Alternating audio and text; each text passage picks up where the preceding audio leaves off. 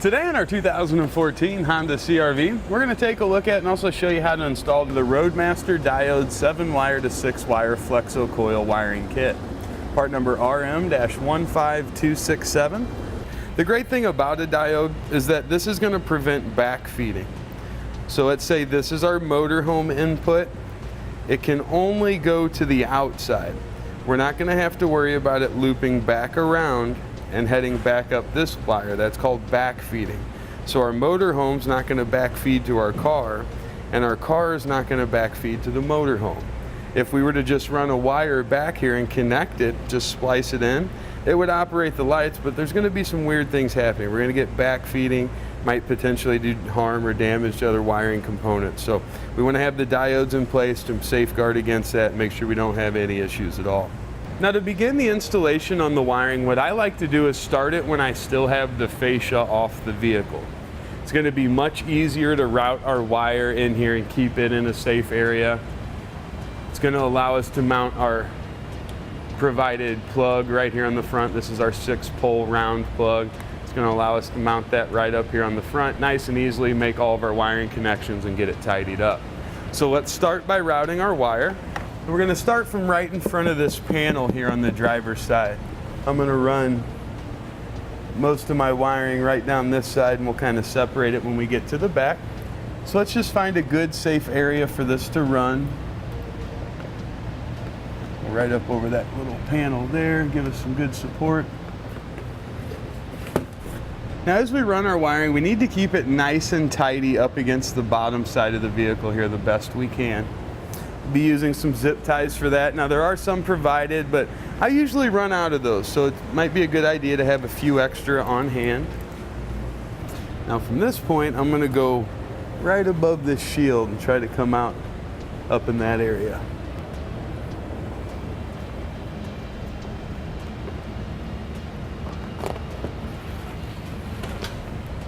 Pull out our slack, zip tie right through there. It'll give us another good anchor point.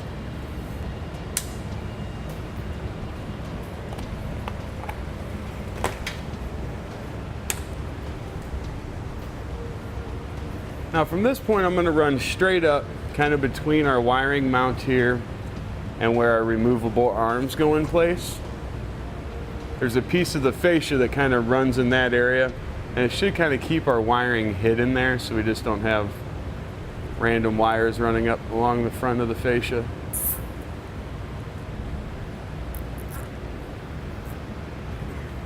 Take out whatever slack we don't need here because we can use that back in the rear of the vehicle.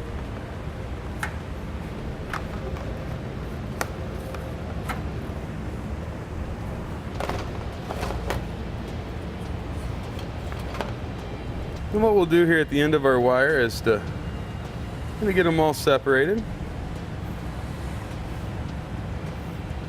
We're going to trim off just a touch. You want to get all the way back to where you got a good solid core wire. Strip those back.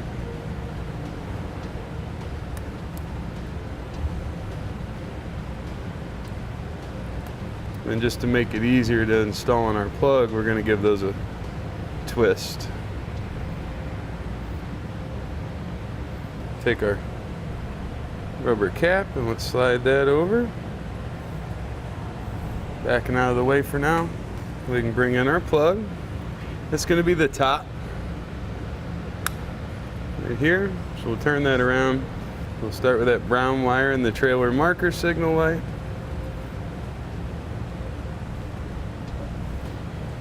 Little Phillips screwdriver is what you'll need for the screws. You could also use a small flathead.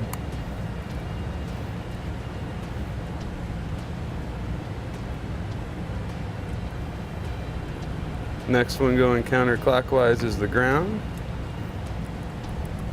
It's white.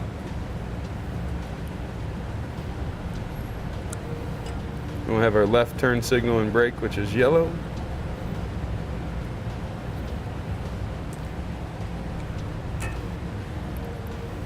And then finally our right turn signal and brake, which is green. Now what we like to do is take some black thread sealant here and really get in here and seal this up. Bring our cap down over, just like that, and then just a little more on the back side here to fill that out. Now we're going to be using the self-tapping screws that came with our base plate kit to secure it. Just a standard self-tapping screw. It has a 5/16 head on it.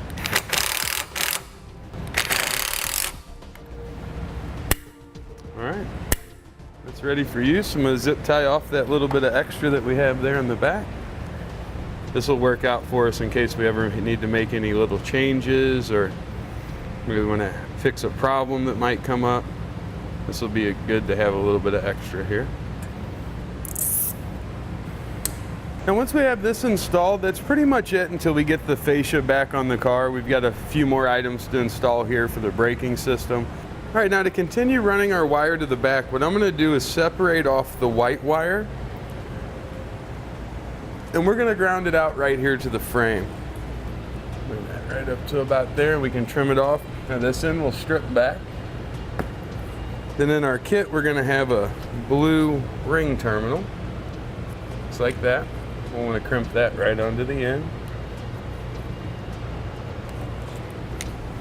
Then we can use our provided self-tapping screw.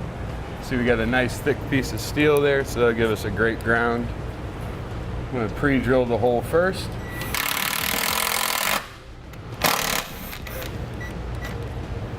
I can bring our ring terminal up, and we'll just re-secure it.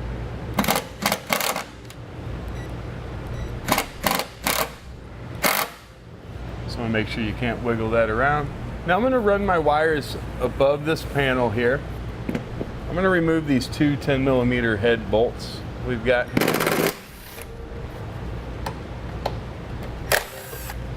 Now you'll see two push pin fasteners that run along the driver's side here. If we pop those down, that's also going to allow us a little bit more room here.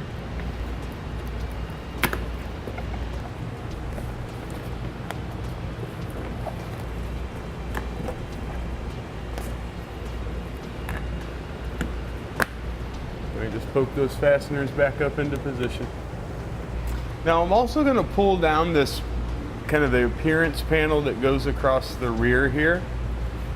On the front side, we've got 3 bolts. Again, these need a 10mm socket.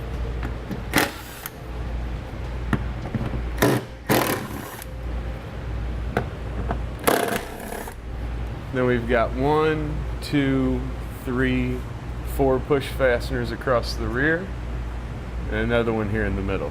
We need to get these taken out.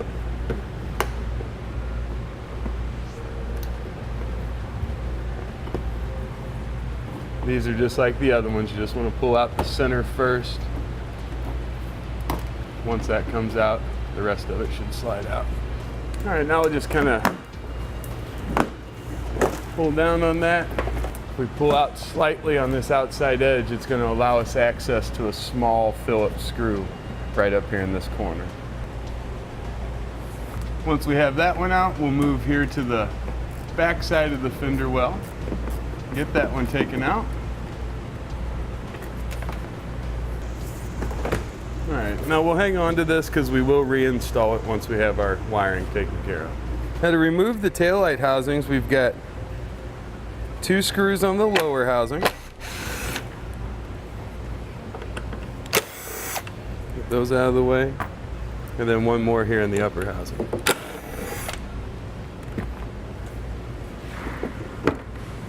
We'll just kind of wiggle and pull backwards on those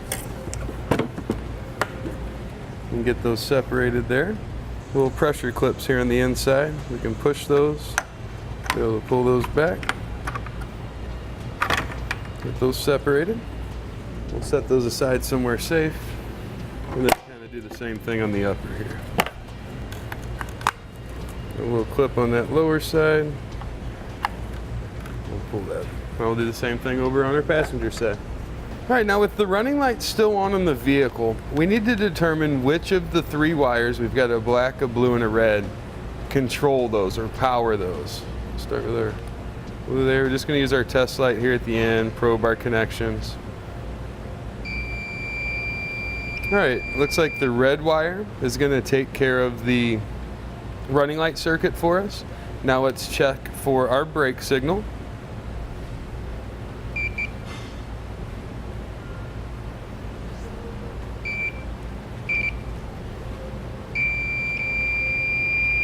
Alright, now the brake signal, that's our blue wire. So our blue wire we'll use for the brake and turn signal, and our red wire we're going to use for the running light signal. Now what we're going to do is take this wire loom off. That'll give us room to get into those wires and get our diodes in place. Now just as a note, the passenger side has the same colors. So we'll have the red for running lights, blue for brakes. Now this is what our diode's going to look like. You'll see we've got two inputs that are going to go to a single output. Now this output, it's going to run right out to our plug. So our light's going to get the output from two different power sources. Doesn't matter which one you start with, you just want to split your wire. Now you want to strip it back about twice what you normally would. It'll be about a 1/2 inch rather than a 1/4.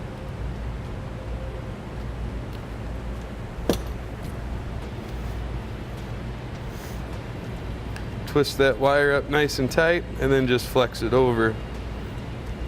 That's going to give plenty of wire there for our diodes to grip to. And we'll just slide that over.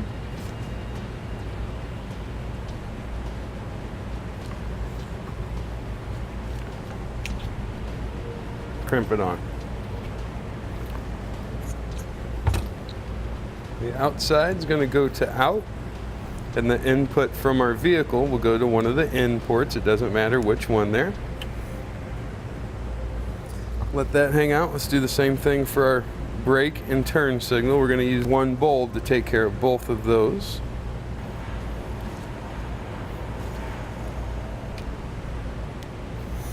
Alright, now we're going to go over to the passenger side and repeat that same process. Now what we're going to use is a piece of airline tubing. You could also use coat hanger or thick wire. And I'm just going to pass it right down through the opening here. When that cover's off down there, you can actually see a little bit of light. Let it just hang in position there. And we're going to use these to pull our wire up to us. I'm going to do one on each side before we go underneath. All right, now I'm going to continue on to the back with my 3 wires remaining from up front. I'm going to zip tie off to the top of this support tube. That way we won't have to worry about our wires coming down underneath it. Now you can see I've separated the green wire from the yellow and brown. I'm going to run it right up over the cross member here. Then right up here at these connectors we can use another zip tie. My green wire I'm going to run right around that spare tire well. I'm going to zip tie it off to this rear fascia support bracket. That's going to go over to our passenger side. Now I'm going to leave that a little bit loose for now because I have another wire I'll be adding into that in just a moment. Now whatever you're using for your pull wire there, we'll just tape the yellow and brown off to it. Now we'll pull those on up and through. Now we'll snip those off. We want to give ourselves a little bit of room there, not too much, but we're going to have a little bit of space. I'm going to use a zip tie. That'll give me a good anchor point up top here, where wire won't accidentally fall down below the vehicle. Separate these two. Now for the yellow one, we're going to add on another blue connector. Now with these, we can just splice them back kind of a normal length. They're a little bit thicker wires, so we shouldn't have any problem with getting a good hold.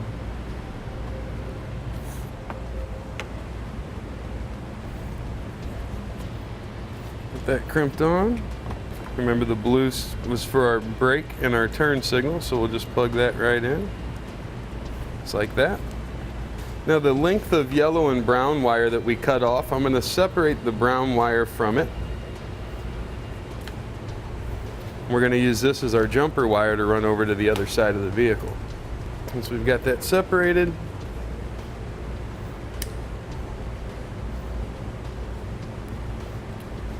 we'll strip the end of it back. Strip the end of our brown wire from the front of the vehicle back, and let's twist these two together.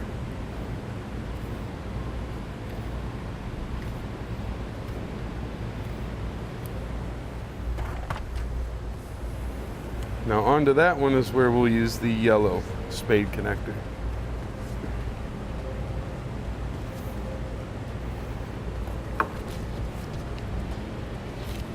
That plugs into the running lights, which run the red wire.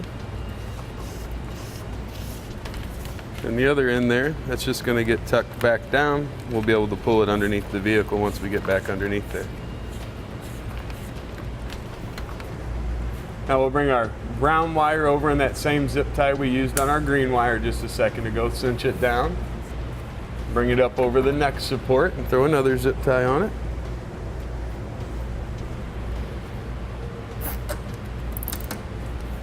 Now with those taped off to the pull wire on this side, we'll pull them up just like we did there on the driver's side. Now as we pull up, we want to ensure that we go over top of the exhaust here in the back. Don't want our wires hanging down underneath it. There we go. Nice and tidy up in there.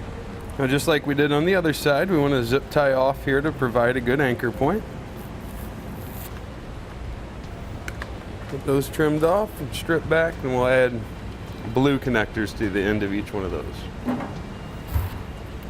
All right, now the brown is going to connect into the red, and the green into the blue. Now I like to pull that backing off. We'll just stick these together. Then once we've tested it out, we're going to put sealant on these and then zip tie it up out of the way there. Now to do our test, we'll need to plug our connectors back in.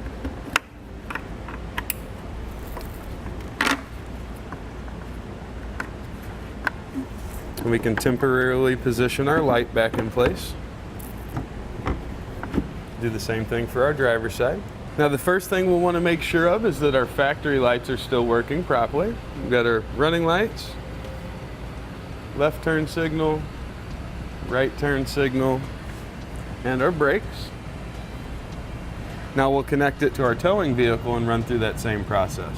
Now we can start by turning on the tail lights in either the coach or on our tester.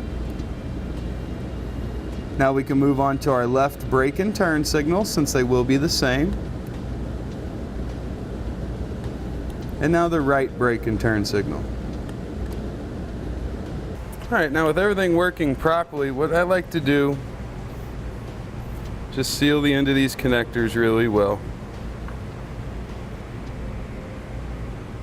We don't want moisture to get in there and cause kind of like a cross feed or anything like that. So let's get them sealed up. All right, that should give us really good moisture protection. Now one zip tie around our wire loom here.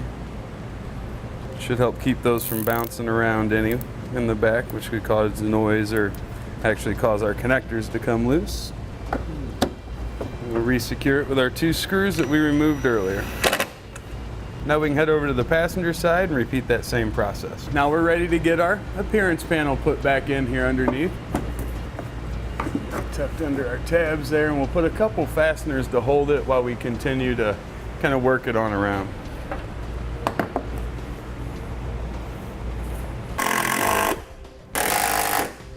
Now once we've got our car hooked up, we also want to test our wiring using the motor home to signal through the coil into the car. That's if you already haven't done that.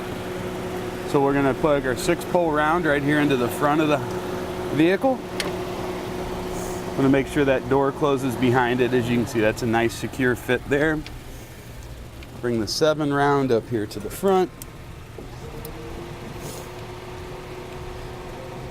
Get that slid in so it's nice and secure there. Now we can run through those functions and make sure our lights are working properly. All right, now let's start by turning on our running lights. I'm gonna try our left blinker. Try our right blinker. And our brakes. That's going to complete our installation of the Roadmaster DIODE 7-wire to 6-wire Flexo-Coil Wiring Kit. Part number RM-15267 on our 2014 Honda CRV. Click the link below to shop, learn more, or visit us at eTrailer.com.